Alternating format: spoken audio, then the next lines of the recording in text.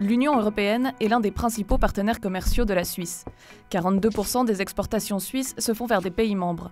A l'inverse, notre pays est le 4e partenaire commercial de l'Union, après la Chine, les États-Unis et le Royaume-Uni. Toutes ces relations étaient réglées jusqu'à présent par plus d'une centaine d'accords bilatéraux, âprement négociés au fil du temps. Des accords comportant tous une date d'échéance qui, pour certains, approche à grands pas.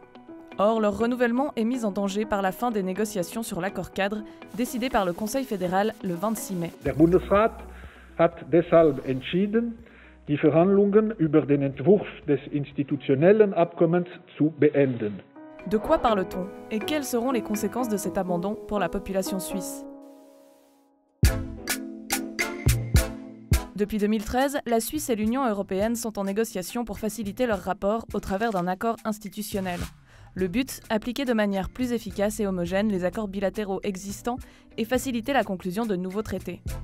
Or, ce texte pose problème à toute une partie du monde politique suisse. À droite, on craint notamment l'ingérence des juges étrangers en cas de reprise automatique du droit européen. À gauche, on s'inquiète pour la protection des travailleurs face à la main-d'œuvre étrangère et à la suppression des mesures d'accompagnement censées prévenir le dumping salarial. Ces réticences, parmi d'autres, ont fini par convaincre le Conseil fédéral que le texte ne passerait pas la rampe d'une votation populaire en cas de référendum. Le 26 mai, il a donc enterré pour de bon le fameux accord-cadre, après 7 ans de discussion. Pour quelles conséquences? Pour le moment, l'essentiel est préservé. Les accords de libre-échange, ainsi que la libre circulation des personnes, ne seront pas touchés dans l'immédiat, sauf volonté de représailles de la part de Bruxelles. Mais l'abandon des négociations ne sera pas sans impact dans certains secteurs de l'industrie. Il a d'ailleurs déjà fait une victime, l'accord de reconnaissance mutuelle des dispositifs médicaux, qui n'a pas été reconduit par l'UE. Les 1400 entreprises suisses de technologie médicale devront donc désormais avoir une représentation dans au moins un État membre de l'Union et faire homologuer leurs produits par un organisme reconnu par Bruxelles. Selon la fêtière Swiss MedTech, cette lourdeur administrative pourrait entraîner des coûts allant jusqu'à 114 millions de francs. La prochaine victime pourrait être l'industrie des machines, une filière qui emploie 320 000 personnes en Suisse et exporte 55% de sa production vers l'Union européenne. La directive concernant ces normes de sécurité est actuellement en révision et devrait entrer en vigueur en 2022. Autre problème, un accord rapide sur l'électricité est nécessaire pour assurer la stabilité du réseau suisse et son accès au marché européen. Si un traité n'est pas conclu à long terme, des risques systémiques et une augmentation des prix sont à prévoir. Une étude de l'EPFL publiée en 2019 prédit un déficit pouvant aller jusqu'à 1 milliard de francs par année.